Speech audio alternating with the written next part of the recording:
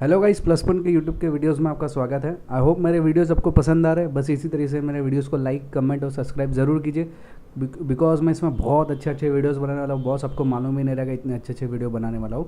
इसमें laptop repairing, mobile repairing के लिए वीडियोज़ भी बनाने वाला हूँ। तो बस मेरे ये वीडियो को लाइक, कमेंट और सब्सक्राइब खाली करते रहिए, बिकॉज आप लाइक और कमेंट करोगे तो मुझे मालूम पड़ेगा कि आपको ये चीज़ें समझ में आ रही है और मुझे और भी वीडियो बनाने में इंस्पिरेशन मिलेगा और मज़ा आएगा। ओके, चलिए आज का जो टॉपिक है, पहले मैं बता दूं कि मैंने जो मेरे वीडियोस है वो कुछ लोगों का मुझे रिक्वेस्ट आ रहा है, सर आपके सभी वीडियोस को कैसे देखा जाए। तो उसके लिए थोड़ी सी इन्फॉर्मेशन मैं दे दूं।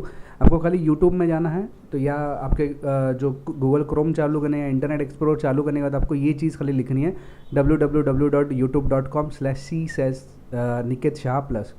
ये जैसे ही आप ये दबाओगे तो मेरा फ़ोटो आपको दिखाई देगा और मेरे चैनल के बारे में पूरी इन्फॉर्मेशन आपको मिल जाएगी।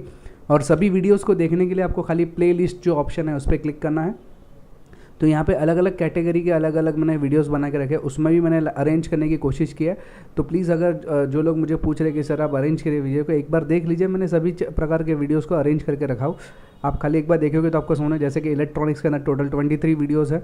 इसमें मैंने वोल्टेज, करंट पहला, फिर रजिस्टर, इस तरह से मैंने पूरा उसको अपडेट किया है। चलिए अभी आज के जो टॉपिक के ऊपर बढ़ते हैं। आज का जो टॉपिक है मेरा है ऑल अबाउट कैपेसिटर्स, यानी कैपेसिटर की पूरी जानकारी। हालांकि मैंने कैपेसिटर के ऊपर वीडियो ऑलरेडी पहले एक बना चुका हूँ, उसमें मैंने थोड़ी बहुत जानकारी दी है, लेकिन ये उससे थोड़ा सा हट के है, उससे थोड़ा सा ऊपर है वीडियो। ओके, ये ना आप सेकंड पार्ट गिन सकते हो इसको कैपेसिटर के बारे में। इसमें मैं प्रैक्टिकली कुछ चीज़ें बताने वाला हूँ। चलिए शुरू करते हैं। सबसे पहले तो बता दूं थोड़ी सी इन्फॉर्मेशन कि कैपेसिटर के कितने सारे प्रकार होते हैं। ये देखो, ये सब ये जो नॉन पोलरिक कैपेसिटर है, आपने मोबाइल से, कंप्यूटर हार्डवेयर में ये सब प्रकार के कैपेसिटर देखे रहेंगे। ओके, और आजकल के लेटेस्ट बोर्ड में आपको इस प्रकार से कैपेसिटर दिखाई देते हैं। हालांकि इसके प्रकार के बारे में ऑलरेडी मैं पहले एक वीडियो बना चुका हूँ। अगर आपको प्रकार के बारे में जानकारी नहीं है तो पहले मेरा पहले वाला वीडियो देखिए, 1 नंबर वाला, फिर बाद में ये वीडियो को देखिए। ओके, इसमें थोड़ी सी यूनिट के बारे में जानकारी, पहले वाले वीडियो में मैंने बहुत कम जानकारी दी थी ये फेराइड के बारे में। हालांकि कैपेसिटर का जो यूनिट रहता है उसको बोलते हैं फेराइड। कैपेसिटर का यूनिट है, उसकी जो कैपेसिटी मापी जाती है वो फेराइड के अंदर मापी जाती है। ये बेसिकली ब्रिटिश आदमी था जिसने ये फेराइड कैपेसिटर की शुरुआत की थी, जिसने यूनिट के ऊपर कैलकुलेशन किया। तो माइकल फेराइड उसका नाम था। उसके नाम से ही उसका फेराइड नाम पड़ा हुआ है। ओके, तो अगर मैं यूनिट की बात करूँ तो इसका जो एक मेजर पार्ट है यूनिट, फेराइड बहुत बड़ा टर्म हो जाता है ना, बहुत बड़ा यूनिट यानी फेराइड बोला जाता है। उसको छोटे इसमें कन्वर्ट करवाया गया है। जैसे अगर सब्जी खरीदना जाते हो तो बोलते हैं 1 किलो, आधा किलो, पाव किलो, राइट। तो उसी तरीके से ये भी फेराइड बहुत बड़ा है। उससे थोड़ा कम करेंगे तो माइक्रो फेराइड आता है, उसके बाद नैनो फेराइड और उसके बाद में पिको फेराइड। इस तरह से उसको बांटा गया है। माइक्रो फेराइड बोला तो फेराइड का छठा हिस्सा, यानी अगर मैं 1 फेराइड का बात करूँ तो 1 फेराइड का मतलब होता है 10⁶ माइक्रो फेराइड। ओके, यानी 1 micro farad is equal to 1/1/0000000, यानी 1 के पीछे 6 जीरोज आएंगे ना, उतना। और उसकी टोटल कैपेसिटी की अगर बात करूँ तो 0.000001, ये उसकी एक्चुअल कैपेसिटी हो गई एक पिको फेराइड के साथ, सॉरी, 1 फेराइड के सामने। ओके, तो ये फेराइड का टर्म है, यानी इतना छोटा है उसके सामने माइक्रो फेराइड। नैनो फेराइड की बात करो तो उसमें टोटल 9 जीरोज लगे जाएंगे, और पिको फेराइड में टोटल 12 जीरोज लगते हैं। आप काउंट कर लेना, 12 जीरोज है ये। तो मतलब इतना छोटा उसका पार्ट है ये फेराइड का, एकदम छोटा सा हिस्सा बोला तो पिको फेराइड रहता है। ओके, चलिए इसको और अच्छी तरह से समझ में आएगा तो आपको बताता हूँ कि फेराइड जो है सबसे बड़ा टर्म है। मान लो कि मेरा एक कैपेसिटर है जो 1 फेराइड का है, 1 फेराइड का है। 1 फेराइड का मतलब होता है, माइक्रो फेराइड के अंदर आप देखेंगे तो इसके 1 के पीछे 6 जीरोज़, इतना माइक्रो फेराइड में उसकी वैल्यू होती है। ओके, यानी 1 ये जो माइक्रो फेराइड है, 1 micro farad is equal to और 1000 NF यानी नैनो फेराइड। और अगर आप देखेंगे तो 10 लाख, तो 10 लाख ही है शायद, तो हाँ 10 लाख पिको फेराइड। ओके, तो 10 lakh pico farad is equal to 1 micro farad. ये उसका कैलकुलेशन का पार्ट हो रहा है। आपको शायद ये चीज़ बोरिंग लगेगी, लेकिन ये सीखना हमारे लिए ज़रूरी है। दूसरा, 1 nano farad is equal to 1000 pico farad. Okay, तो हमारा जो कैपेसिटर रहता है आमतौर पे हम लोग माइक्रो फेराइड या पिको फेराइड में हम लोग यूज़ करते हैं। फेराइड में तो बहुत रेयर केस में आपको शायद देखने मिल जाएगा। लेकिन हम लोग माइक्रोफेराइड या पिकोफेराइड का यूज़ आमतौर पे हम लोग करते हैं कैपेसिटर में। अगर आपको कैपेसिटर के बारे में कुछ भी जानकारी चाहिए, मेरा पहला वीडियो आपको नहीं मिल रहा है, तो खाली इस लिंक के ऊपर क्लिक कीजिए। अगर कंप्यूटर से आप कर रहे हैं तो कंप्यूटर में खाली इस लिंक के ऊपर क्लिक कीजिए तो डायरेक्टली आपका वो वीडियो चालू हो जाएगा। अगर आप मोबाइल से ऑपरेट करो तो साइड में कॉर्नर में एक वाइट कलर का आपको निशान दिखाई देगा, वहाँ से भी आप क्लिक करके इस वीडियो को देख सकते हैं। चलिए आगे बढ़ते हैं। अभी हमारे कैपेसिटर के ऊपर कुछ वैल्यूज़ दिखाई देती है। अभी देखो यहाँ पे आपको दिखाई दे रहा है 330 माइक्रोफेराइड, ये उसकी वैल्यू है, यूनिट है। और इसमें जो ये 25 वोल्ट लिखा हुआ है, 25 वोल्ट का मतलब क्या था वो मैं अभी समझा रहा हूँ। 25 वोल्ट का मतलब ये होता है कि ये कैपेसिटर जो है ना 25 वोल्ट तक वोल्टेज को झेल सकता है। आप कम भी डालेंगे ना तो भी चल जाता है, ये काम करता है मोस्ट। अभी जैसे कि एग्जाम्पल मैंने यहाँ पे दिखाया, मान लो कि कैपेसिटर है 15 वोल्ट दे रहा हो, लेकिन तो भी अच्छा काम करेगा, कोई दिक्कत नहीं आएगी। अब 20 वोल्ट डालेंगे तो भी अच्छा काम करेगा, लेकिन जैसे ही आप 30 वोल्ट यानी 25 वोल्ट से ऊपर गया तो ये ब्लास्ट हो जाएगा। यस ऑफकोर्स ये ब्लास्ट भी होता है, ऊपर से पूरा फट जाता है। तो ये कैपेसिटर बेसिकली ख़राब होता है, शॉर्ट हो जाता है।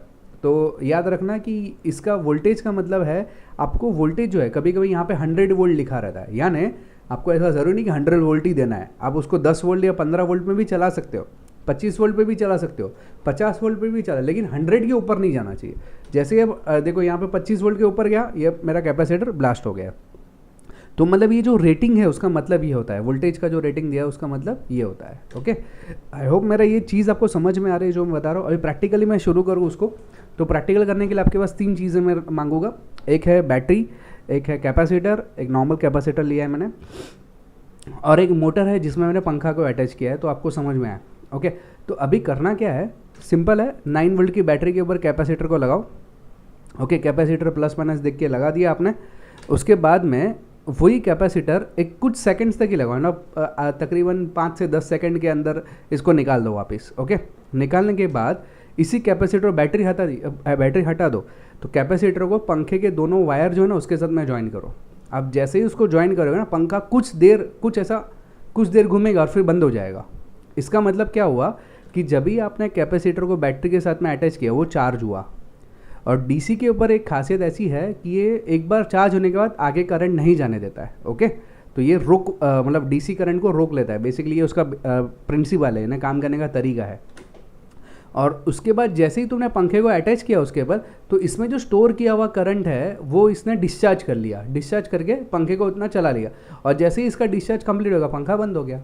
इसके बाद नहीं चलेगा, बस थोड़ी एक 10-15 राउंड मारेगा, उसके बाद में बंद हो जाएगा। यही उसका कैपेसिटर का खासियत है। ओके, यानी इसको बोलते हैं कैपेसिटर का चार्जिंग और डिस्चार्जिंग। ये डीसी के ऊपर मैंने बताया। और एसी के ऊपर में बेसिकली अगर मैं बात करूँ कैपेसिटर की, तो एसी और डीसी इसके लिए खासियत है। एसी का जो आपने देखा रहेगा कि एसी कुछ इस प्रकार से आपको दिखाई देता है, ये प्लस है, ये माइनस का सेक्शन है, यानी इसको हम लोग बोलते हैं साइकिल्स। तो पॉजिटिव नेगेटिव साइकिल्स एसीज में रहता है। और डीसी में अगर देखोगे तो ये डायरेक्ट एक सिंगल लाइन दिखा रहता है, कंटिन्यूस फ्लो रहता है। ये प्लस माइनस की वजह से ऊपर नीचे हो रहा है, जबकि ये कंटिन्यूस ऑन रहता है, इसके लिए उसको डीसी वोल्टेज कहा जाता है। डीसी यानी कि डायरेक्ट करंट। चलो इसको प्रैक्टिकली अगर मैं समझाऊँ तो सीरीज़ में अगर मैं इसको लगाऊँ, ये तो मैंने आपको कैपेसिटर को अलग से मैंने बताया करने के लिए। अगर आपको बैटरी के साथ में ही अटैच करना है, यानी डीसी पे उसका क्या असर होता है और एसी के ऊपर कैपेसिटर का क्या असर रहता है, वो मैं दिखाने की कोशिश कर रहा हूँ। तो सिंपल है, connect all in series. Series का मतलब होता है देख सकते हैं बैटरी का ये जो मोटर का जो काले कलर का वायर है, ब्लू कलर का वायर है, वो मैंने बैटरी के नेगेटिव के ऊपर अटैच कर दिया है। और पॉजिटिव की एक लाइन मैंने कैपेसिटर को दिया है एक पैर के ऊपर, और दूसरा जो पैर है वहाँ से मैंने निकाल के इसको दिया है, मोटर को दिया है। तो इससे होगा क्या, in this connection motor will only rotate for few seconds till capacitor is charging. Once it charge motor stop working. यानी क्या कि जैसे ही मैं ऑन करूँगा इसको, मतलब मान लो कि यहाँ पे स्विच है, मैंने ऑन किया, तो ये कैपेसिटर से होते हुए करंट मेरा इसके अंदर जाएगा, नहीं रोटेशन चालू हो जाएगा, लेकिन ये कुछ सेकंड चलेगा और फिर बंद ही हो जाएगा, फिर आपका पंखा चलेगा ही नहीं। इसका रीज़न क्या है कि मैंने आपको बताया कि डीसी में कैपेसिटर जो है वो करंट को ब्लॉक कर देगा। ओके, ब्लॉक करने की वजह से क्या हो गया, ब्लॉक कर दिया, यानी करंट आगे बढ़ेगा नहीं, तो सर्किट कंप्लीट नहीं होगा। तो ये ऑफकोर्स ये घूमने वाला नहीं है। क्यों? क्योंकि यहाँ पे जब सबसे पहले ये थोड़ी देर घुमा इसके लिए, क्योंकि तभी यह चार्जिंग हो रहा था, और जैसे ही इसका प्लेट चार्ज हो गया इसने आगे भेजने का करंट बंद कर दिया। तो ये उसका बेसिक बिहेवियर है डीसी के अंदर। अगर उसको पैरेलली आप कनेक्ट करो, पैरेलली का मतलब ऐसा होता है कि रेड वायर एक जगह एक पैर पे लगा दो, ब्लैक वायर एक कैपेसिटर का दूसरे पैर पे लगा दो, और तभी आप इसको ऑन करके देखोगे ना तो पंखा कंटिन्यूस रोटेट करेगा। यानी डीसी पे ये इसका कुछ असर नहीं हो रहा है, ये फिल्टर नहीं कर रहा है डीसी को। बेसिकली इसका जो कैपेसिटर की मैं बात करूँ ना, कैपेसिटर का काम है स्मूथ करना, फिल्टर करना। स्मूथिंग करने का मतलब होता है कि करंट को साफ करता है। ओके, तो इसमें ये इसी कुछ नहीं कर रहा है, ये जैसे ही नॉर्मली कनेक्टेड है वैसी तरह से कनेक्ट हो रहा है और नॉर्मली पंखा चालू रह रहा है, ये पंखा कभी बंद नहीं होगा इसके अंदर। ओके, तो कैपेसिटर का इसमें कुछ काम नहीं होगा। देखो यहाँ पे लिखा है in this connection there will be no effect in motor, the DC is not filtering in this condition. Okay, यानी इस कंडीशन में कैपेसिटर का कुछ भी मतलब नहीं होता है।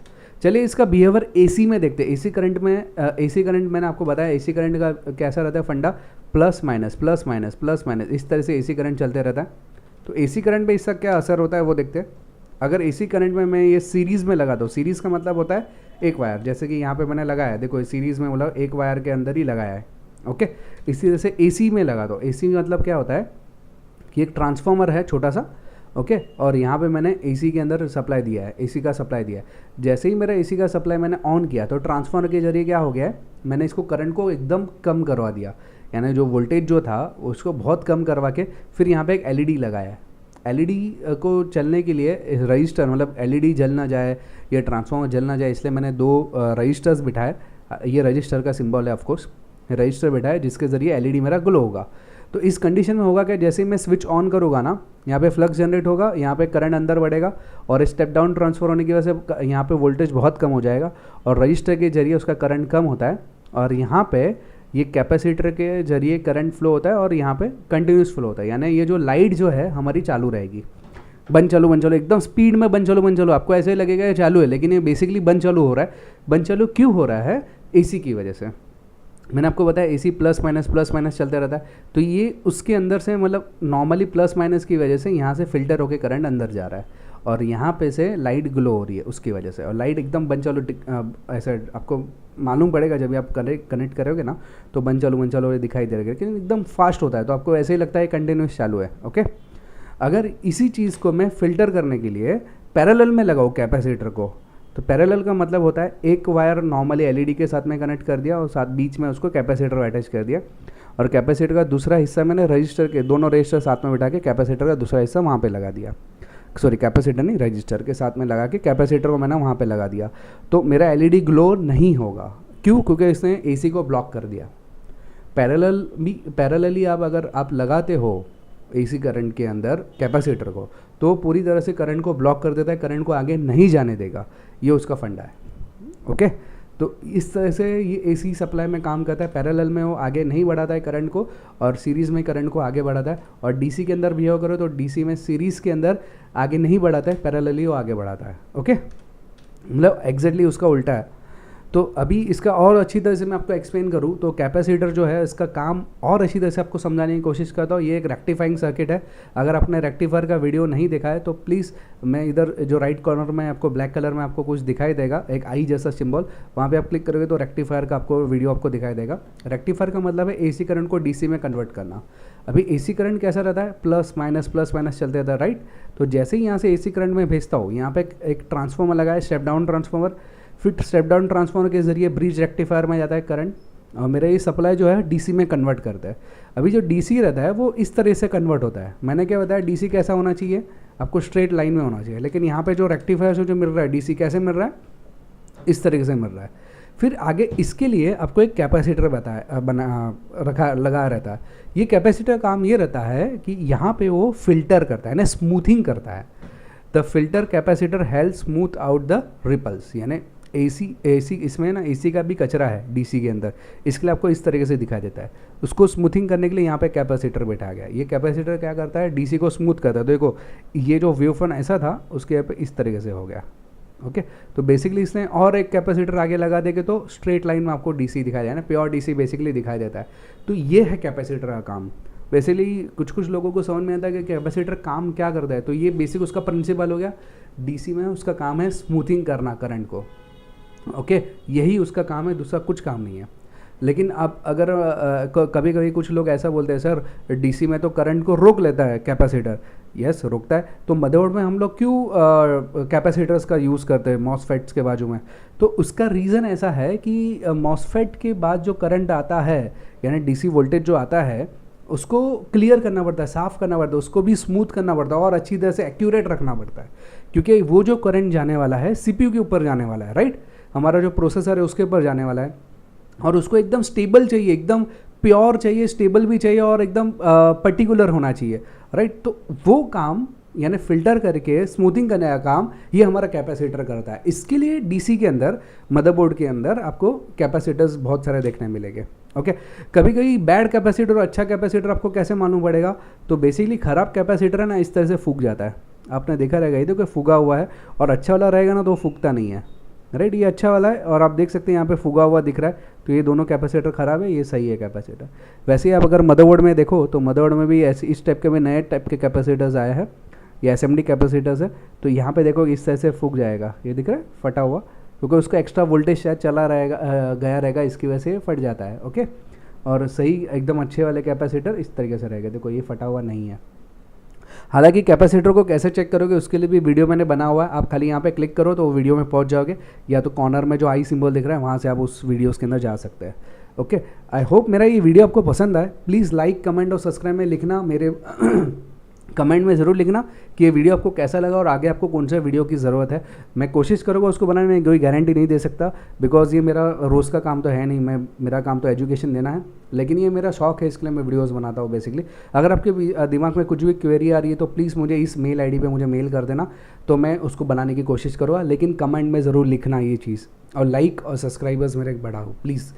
आई होप मेरा वीडियो आपको पसंद आए। मैंने और एक नई चैनल बनाई है जिसमें नए नए अपडेट्स डालने वाला हूँ, नई नई चीज़ों के बारे में जानकारी डालने वाला हूँ। अगर आप टेक्नोलॉजी के साथ में अपडेट रहना चाहते हो, नई नई चीज़ें और सीखना चाहते हो, तो प्लीज़ मेरी ये वीडियो को भी सब्सक्राइब कीजिए। खाली आपको क्लिक करना है इसके ऊपर, आप वो वीडियो के लिंक में चले जाओगे, वहाँ पे आपको खाली सब्सक्राइब का बटन क्लिक करना है, तो ये वीडियोज़ आपको इसमें भी अपडेट मिलते रहेंगे। ओके, आई होप मेरा ये वीडियो आपको पसंद आए। Please please please guys like, comment और सब्सक्राइब करना भूलना मत। Thanks for listening.